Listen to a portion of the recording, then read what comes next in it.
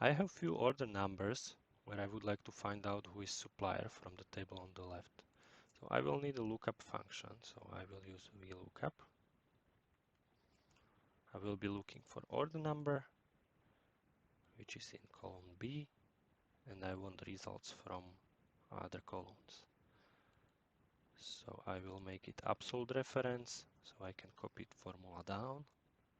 My column index number, if I want supplier, is 2, because order number is in first column, supplier in second, value in third, so I will write 2. And I want exact match. I can close the brackets, and my formula is ready.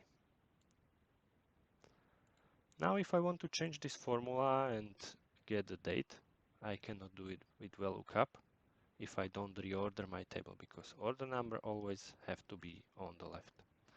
So I will use other function, XLOOKUP. I will be looking for order number in column B, where I have orders, and as a return I want date. So from column A, I close the brackets and it will give me date of that order number. If you don't have XLOOKUP function, no worry, we can use combination of index and match. So I will first need to find order number in this table.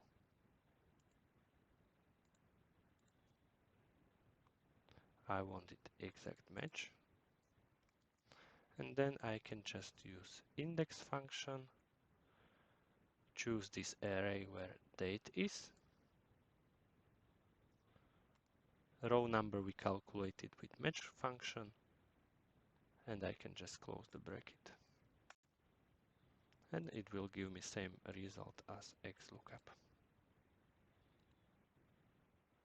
And that's it. That are simple examples how to use VLOOKUP, XLOOKUP, or combination of index match. If you want more Excel tips, tutorials or examples, just let me know and don't forget to subscribe.